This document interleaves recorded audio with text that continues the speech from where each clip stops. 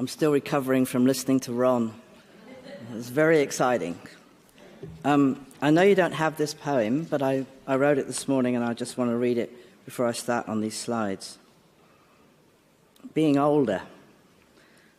I was always the oldest out of us 3 kids, but I was the youngest when in, about, and amidst.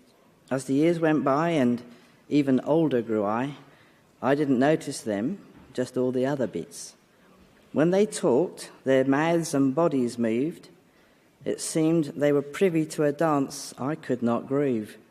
I tried, of course, more than once, but no one did approve of my take on life, which caused strife more than once. I thought it best to end my life. As more and more the years moved on, something magic happened. I accepted I could not dance and developed instead my song. Within this song of acceptance, of pride in who I am, I grew stronger and more in tune with all indeed I can. Aging comes to us all, but will mean different things. For me, it is aging that's given me my wings. Okay, thanks. It's almost one thing you can guarantee, if you don't die before, that we will all get older and then die. Is that right? Is that right? Yeah. Okay, thanks. So some of the things I hope we can expect from this talk about autism and ageing, and there are 5 kind of key areas that I hope we can talk about: memory, movement, sensory profiling, and that's 2 words, but it's one area, language and autonomy. Just to touch on some of those things, aging's about a lot more than this, but it's different becoming an older person, an autistic older person, than being an autistic child. And lots of stuff that's out there for kids doesn't really apply to us as older people. And we need to explore this because the world is set. It's like we're all not, I don't know about drooling, if that's the right word, but we're all drawn to the kitten and not so much to the cat. Is that right? Yeah. Well, I'm not. I love both, personally. But you can understand what's more appealing. And I think this is one of the reasons the world isn't as ready for those of us getting older as autistic people, but it needs to be. Aging, some of the similarities, but as in being a typically developing person, and excuse the expression, don't know how else to call you, those people who don't qualify to being autistic are typical. And they are in the majority, but I'm not sure for how much longer. So and that could be interesting. That could be interesting. But some of those differences between seniors in the typical world and in the autism world, and then those differences between seniors in autism and children. Some of those are things like, as you get older, as an autistic person, you're more likely to be able to read facial expressions than you were when you were a kid. You're less likely to have memory issues. That's a big thing. You'll have a different sensory profile. You know, we often adjust because we're forced to, being in classrooms and busy places, but as you get older, you can choose not to go. You can go at those special sensory times when they reduce the lights, and those special times when they have shopping and supermarkets open, when there's less people, etc., etc. You can make that choice. You often can't make those choices as a kid. We have different language and mobility issues to children. And I hope that we might have moved on from struggling to come to terms with who we are to a place of acceptance. And that's a big issue. I certainly wasn't there as a kid. So for memory is, in autism, is very much influenced by being literal, by the routines that are dictated by our understanding, rather than negotiation, which people kind of think of as common sense. I don't always agree, but that's how it's seen. Short-term memory might present some problems, as it does for all of us, but I think this whole idea of not easily forgetting is problematic as we get older, because it's actually the opposite to the typical brain, where there's a loss in plasticity. As we get older, I think this is quite exciting. As autistic people, our brain can increase in plasticity. That doesn't mean we become more plasticine, just in case you're worried, or more plastic. It just is a term that means we're more malleable, we're open to more things. There's a change in how the brain is actually accommodating more information than it did as a kid. There is also, and right from the start to end of time, there's a processing issue, as for those of us who are autistic. And I know I'm speaking very generally, but that delay in understanding the world just continues for me. And that's quite difficult, because what happens as you get older is you also often become a little bit deaf. Have you noticed? So people have been shouting at me forever. Not just when I was a kid because they thought I didn't understand, but it gets worse as you get older, because then they think you might be deaf as well. And then what can happen is that we just switch off. We fail to notice. So either way, child or an older person, yes, there is this processing delay, and we do need time. I love that 10-second rule. It hasn't changed for me. I stay back and watch so much going on. I find it quite difficult to enter a conversation unless it's one-on-one that I can be part of because of that processing time. So not able to forget implications. Well, obviously change in anything is going to feel quite wrong, because that literal kind of memory stuff is going to be the thing that dictates how something should be. And if you can't forget it, then you're going to be quite likely much more upset. That verbal information is going to be confusing. A whole heap of implications flow on from memory and literal understanding. And what if, as you get older, or if you have a sensory disposition, you can't really feel your bodily functions. You don't notice whether you're hungry or not. This isn't new for me. I've been like this forever. Okay, ever is still ongoing. You know what I mean? Bladder and bowel connections are quite difficult. Quite often in autism, they're difficult to separate. Feelings of tiredness. People say to me, "Are you tired?" And I say, "Well, I probably am." How do you know? How do you know? Well, it's something about how you feel. Well, I usually feel with my fingers, so that doesn't quite work for me. But what they mean is an internal knowledge of tiredness, and I still find that quite difficult. But possibly as you get older, there are other reasons why tiredness might be less available or more so. I noticed this, my mum, who's definitely on the autism spectrum, even if she's not diagnosed, and even if it's a cultural construct, etc. She's ever so autistic. She says, well, why would I want to go to bed at 11? I mean, at 8:30, she said everything closes down in the home where she's living. They all seem to go to bed at 8:30. She said, why would I want to do that? Does that make sense? I want to watch the football. I want to watch this. I want to do that. I've got so many things still going on. She can't understand why all these people around her are going to bed and everything is closing down and getting ready for bed. Just should be tired at 8:30. And this is because as older people, we do so much more in our lives. We're out there racing around, getting so much done. We're getting tired physically? Not. It's a strange thing, isn't it, that we have this understanding that we should be more tired.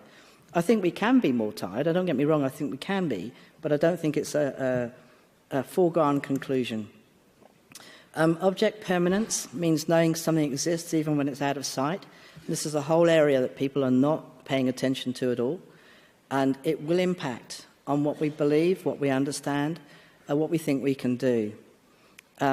We need to look at this, and I know I haven't got time to look at this in more detail, but we need to. Can we build new memories? This was then, that was then, this is now. I think this is very important. So that, is it really out of mind just because it's out of sight? Visuals, technology, role play, newsletters, these are all things that are employed in the home where my mother is. But do you know they have an intercom in the ceiling, and so they announce things into her room through the intercom, and every time this happens, she jumps. It's sudden. It's, why is this happening? What are they saying? What does this mean? It freaks her out, and this happens once or twice a day. So fortunately, we've been able to get the intercom to her room turned off. But Possibly sharing of information could be done differently that wouldn't be so upsetting for her. If we remove the bias in memory with facts using interest, particular interest to that individual, I think we can build new memories. And I think technology is often an enabler. I couldn't use a microwave for a very long time. My mum was much faster. So there's a personality difference between us. She is much quicker with things like mobile phones, etc., learning to text. As long as you had a phone with a big enough print, big enough text, she was much better at those sorts of things. Movement facilitates brain connections and learning. We all know that that activity, that walking and that moving encourages the brain to learn and be available. And yet in age, as in older age, we walk less, we move less, we're not so motivated. People have a lot of sensory motivation in the typical world to move around, to connect, but that's less likely for us. We're not noticing. We're not, therefore, responding with movement and motor action either. We're more likely to battle catatonia and freezing, especially physically, when under undue stress and anxiety, than our non-ASC, stands for Autism Spectrum Condition, and I apologise for that. Unsure which terms to use. Anyway, our senses ultimately speak to our muscles and it enables us to do things. But if there's a sensory disconnection, then we're less likely to move. So you're going to need to find things that will motivate us, that are particular to that person, that will encourage them to move around. A lack of motivation to join clubs, to socialise is dominant. Why would you want to join in with other people when it is so overwhelming? And yet, you know, as you get older, you lose friends. Did you know this? Because they die. Yeah, they die. I mean, you might lose friends for other reasons, but this is a common one. And for us, it's not so easy to reconnect and make new friends. And yet there's this huge need to work, live, love within our particular interest or passion. Because outside of this, I'm disconnected. You probably all feel the same, but maybe you've got a few more tools, a few more things available to help you build connection and build understanding that are just not so available to me. So these are going to be delayed. I think we can delay a whole lot of problems like health issues, immune disorders, autoimmune in particular, physical disorders and aspects of immobility if we try to prevent or motivate a person by using something of interest to them. When I did a survey and surveyed older people on the spectrum about what they would like as for their older years, many of them said, I need my garden, I need my knitting, I need my reading, I need the things that they enjoyed and they loved, they wanted to stay and continue with. They weren't willing to explore new things so much. That was a more difficult thing. And yet quite often the things that are taken from us are the very things that we love. Those are the things that we lose. And it's very difficult to make or access new ways to build those. Sensory issues we found in autism were actually more likely to get worse over time for quite a lot of people, mainly because they weren't so exposed to those sorts of things as they were forced to being as kids. And I don't think it's always beneficial to reduce or increase sensory loading according to whether they're under exposed or overwhelmed. I think it's more necessary to find ways to accommodate them. I've actually been quite pleased that people have been clapping. I know that I was taught to do flapping instead of clapping, etc. But I liked what somebody said on that very first day, that maybe we just need to put fingers in our ears, put our earplugs in and our headphones on when things are overwhelmed. I do this all the time to reduce noise levels, because otherwise I find I want to go up to people and say, stop that. Just don't do that. That's too upsetting and too irritating. And that takes a lot of energy. I think it's better that I become equipped to help me live in the world that we're all part of, rather than not always trying to take those things away. I mean, I know it's both. We both have to work together in these things, absolutely. I don't really like the word pre-verbal. I don't like non-verbal, so I haven't come up with one that I quite like yet. But lots of folk can't speak in the world of autism, and this is going to mean, I think, that we need to communicate quite differently. And I love the fact that technology does this. That was amazing listening to Anne earlier, if any of you were in that session. I was very excited just being there. It was hard not to cry. And Wendy Key-Bright, I don't know if you were in that session, but it was really, for me, that's exciting to see. And it is surprising how quickly those of us, even without talking, can catch on to this whole idea of technology. At one of the conferences in Victoria in Australia, they had, I think it's the wrong term, they had this quiet room. Have you come across that term? Okay, it was really loud in this quiet room. Because they had all of these computers around the side, and lots of people, autistic people, were on the computers, emailing and texting each other to each other who were in the same room. Yeah, there was brilliant communication going on without a lot of talking, and without a lot of the distractions that come with that talking. And I think this is actually a smoother way to communicate. I wish we'll have to give it a different name. Quiet room doesn't work. Autistic space is better, I think, where we can actually communicate in the way that suits us. And you can still have a quiet room if someone wants to go to sleep or something, but I think that's a different concept. And as you get older, as an autistic person, conversations can be more demanding. You've got to process, you've got to hear, you've got to decode and all of that, whereas I think technology a lot of the time can do that for us. And autonomy, building an understanding that I'm okay. Remembering that forgetting is less likely to happen in autism than it does in the typical population. I spoke to somebody earlier, and actually some of the research says dementia is less likely. Because of that plasticity of brain, it's actually less likely in autism. It doesn't mean that some people who are autistic won't also experience dementia, but it is actually less likely than in the typical population. But at the same time, there's going to be an increase in things like depression and anxiety because of our changed circumstances, because people we've attached to will die, because parents will leave, because family life will change, because all that we've known will be taken away from us. So we've got to temper these two understandings. Movement and mobility for seniors is often overlooked. I've said that already. We don't get involved in the world in the same way. So using what's of interest to us, that means you're going to have to discover and use that means for motivation. You're going to get to know us, please. What's age appropriate? I always laugh at this one. I might be 66, 79, 97 physically, but what age am I emotionally? As autistic people, we often look younger than we are. Thank you, thank you, thank you. I couldn't resist that. I read it somewhere, and I thought, oh, all right, then I'll say that. If I'm 70 with an emotional age or cognitive or social age of a 6-year-old, is it really appropriate to try to make me responsible for my hygiene, health, routine, blah, blah, blah? Well, it might be some of those things. 6-year-olds can be pretty good at hygiene and various things, etc. But I am going to need parenting much longer, and who's going to do it? My own family are going to be too old, too tired, not equipped for the job. Who's going to do it?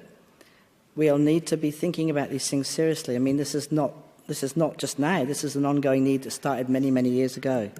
So we have to be thinking about this. There was some emphasis on some of the talks I've heard during this time about independence and building independence and getting kids to be independent. Well, it all changes as you get older to being interdependent. I'm going to need other people in a bigger way. So I'm going to need to know how to request help, where to go, how to use it. Different personalities. As autistic people, we're all very different, as you know. So some of us are going to be outgoing, some are going to be shy, some are going to be rigid. It's not one size fits all. We've heard this lots of times. So we're going to need to adapt how we relate to older people. Some of the personality types, I don't like this, okay? It's far too black and white. But as an autistic person, I'm supposed to be into black and white and very literal and so on, so I thought I'd better use it. Will my personality fit the lifestyle changes expected of an aged person?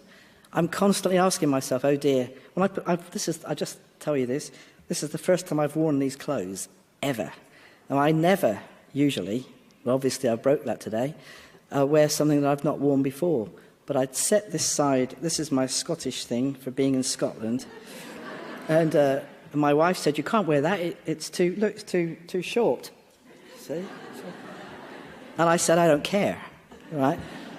It's Scottish looking. This is where I get into trouble, isn't it? So I'm going to wear it because it makes me feel good. I haven't got... Anyway, never mind. Okay. Family and professionals, training, support, ongoing working with kittens and children, yes. But we need to find out more about working with the pussycats as they age. We need to work more with older people. Technology, absolutely. But what of home design? Please don't go designing aged care facilities with intercoms in the ceiling. There are so many things that I've had to talk to the home about with my mum that are very, very difficult for her. The expectations and the typical ways people communicate, the constant changing of staff, etc., all very, very difficult. Yeah, all right. So as you age, typically you might go through these sorts of stages if you're a fella. I don't know, women lose hair as well. I've noticed it around the place. But anyway, what if you don't travel through these stages succinctly as an older person in the spectrum, and we don't? It just is not quite like this for those of us aging. What about dental, medical, psychological appointments? Who's going to make these? Who's going to organise us to get there? Education, housing, aids and equipment, all these things. I mean, I'm going over stuff that you already know. But do we consider sex ed is necessary and travel support for the ageing population? Well, the answer is yes. You know this, don't you? It's just as important as it is for children. Support with budgeting, organising things, general do this, don't do that. That would be very useful. My daughter, who came to our home many times, has been to our home many times, but at one point in time, she came and she used masking tape and she labelled in my laundry cupboard things like single sheets, double sheets. I found all that very helpful because I stand there with things and I don't know where they go. So I just put them in piles around me and people trip over them. And they say you should tidy up, but nobody tells you how. As an older person, I still need that. I still need that. It's not something I've kind of grasped. So for whom is this process so succinctly demonstrated? It's not like this in the world of autism. If you're aloof or if you're shy, highly embarrassable, you might avoid the limelight. You might become easily anxious. You might be tactile avoidant.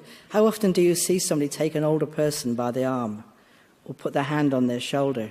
This might not work in autism. What if you don't answer to your name or answer the door or answer the phone? They're usual means to access support. I've got to look at the time. Uh-oh. These might not be available for us, so we're going to have to find alternatives. I like Skype. I like email, I like texting, because they're more likely to get my attention than these other ways. So some of the questions to ask: what helps me to feel comfortable? Getting to see and know the same person on a regular basis would be helpful. Do we need to meet at my home or some appointed location? Do we need a noisy or a quiet environment? Don't take these things for granted. They'll be different for different people. Do I prefer a set list of questions or being asked without warning or processing time? If you give me a written down question for me to process and then ask me to answer it, I'll actually get quite lost, because the time it takes me to read, think about, and get caught up in those words is overwhelming. I'm better at you just asking me direct, and I'll think direct without too much time. But that's me. A lot of autistic people won't be like me, so we need to think about this. Passive or unmotivated, what could you do that would mean I want to go too? How can you discover my interests and motivations? How can you help me identify and label my needs? And listening to Anne, it's obvious. Just because you don't talk doesn't mean you don't have a need to say. It just means that you'll need to say it differently, maybe not through speech. How can you walk beside me to help support me in getting access? How do we keep momentum and maintain the support? And maintenance of support is absolutely vital. If you're a bit active, but some might perceive you as odd, apparently that's me, then maybe I'd be happy to be part of a group who support my interests, but I'm going to need to know how. All the process of ageing require appropriate communication for that individual. I need to understand about the changes of things like, what do I do after retirement? Just the word. Do you know what retirement means? Is it just, I'm leaving the workforce now? Does that mean I come back on Monday? Hello? Think about that literal use of language. We need this to be understood. I need to understand what it means to move beyond being at work and home. I need to understand why it's good to look after my health, my budget. I don't have one, I don't think. My sleep, my social connections. Whatever it is, I need to understand it before I can do.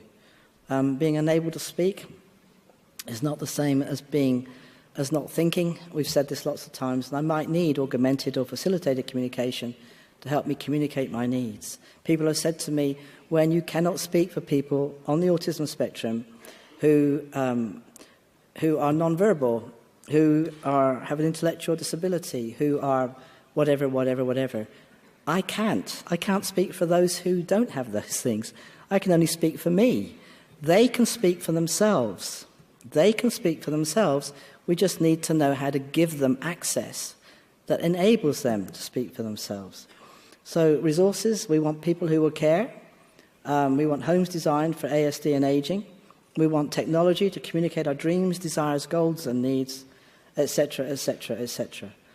There is lots that we can be doing and that we should be doing right now already, because ageing isn't something that happens down the track.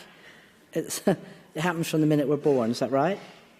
Yeah. Okay, well, we're supposed to stop, and I'm supposed to say all those things I haven't talked about. Feel free to email me and tell me so that I can reply. Thank you.